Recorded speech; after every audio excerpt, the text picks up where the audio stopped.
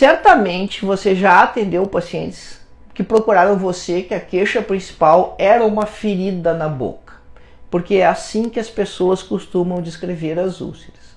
Ou então, o paciente chegou dizendo que tem uma afta, que é o padrão, né? Você vai ouvir dos seus pacientes ou que ele tem uma ferida ou que ele tem uma afta, porque, de uma maneira geral, tudo que acontece na boca, a população acaba definindo ou classificando como afta. Cirurgião dentista tem que ter um papel muito bem posicionado referente às coisas da nossa profissão e muito bem posicionado a respeito daquilo que a gente faz e daquilo que a gente diagnostica e trata. Um ponto muito importante é nós não seguirmos a linha do paciente que não tem o conhecimento técnico que nós temos e também classificar todas as lesões que estão acontecendo na boca como aftas. E, inocentemente, muitas vezes, pode ter a tendência de fazer isso, né? De definir para o paciente alguma ferida, alguma úlcera que ele tenha na boca como uma afta. E o pior ainda, né? É quando o dentista diz assim, não, isso é uma aftazinha. Gente, não, né?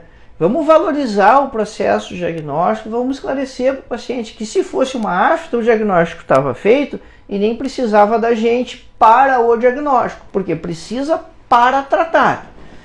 Porque a gente pode e deve sim tratar as aftas, diminuir o tempo de duração delas e ter resultado nisso. Mas precisa desmistificar ou esclarecer a população a respeito dessa situação, que nem tudo que acontece na boca é afta, que talvez a afta seja realmente a úlcera mais comum que vai aparecer, mas esse diagnóstico diferencial ele é muito importante.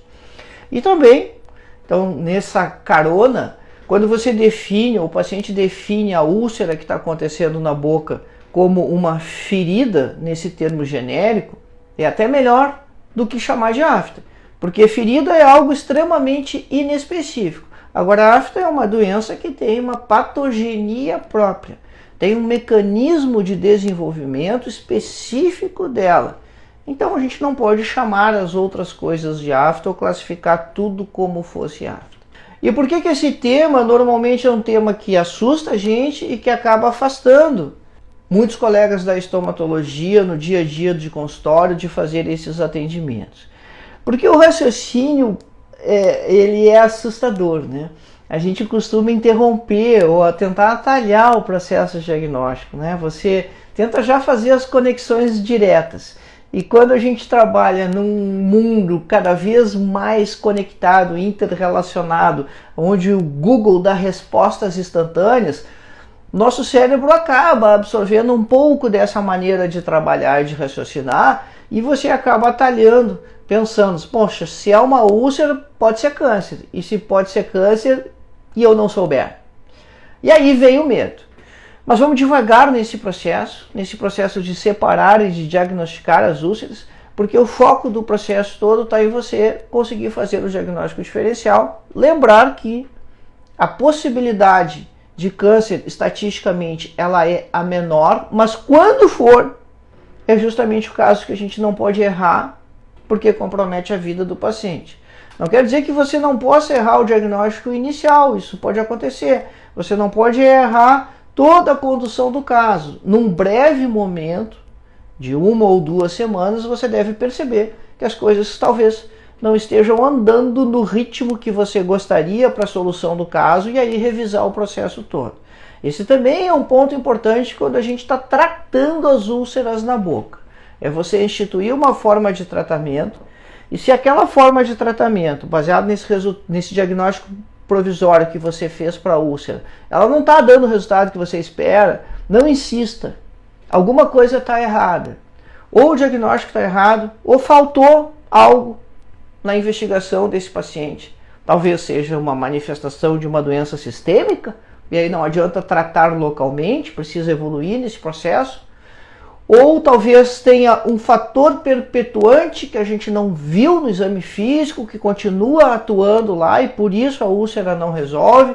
Enfim, você precisa dar um passo para trás quando a maneira que você instituiu de tratar aquela úlcera, que pode ser diversas coisas diferentes, não deu o resultado num período curto de tempo, e o resultado não quer dizer necessariamente que a lesão curou, mas que ela está evoluindo bem, você está vendo o resultado da sua conduta, e isso é algo que às vezes mexe um pouquinho até com o orgulho da gente, né? A gente não pode ser orgulhoso quando está tratando de lesões, né? Você insistir no diagnóstico e às vezes você troca o tratamento por outro tratamento similar.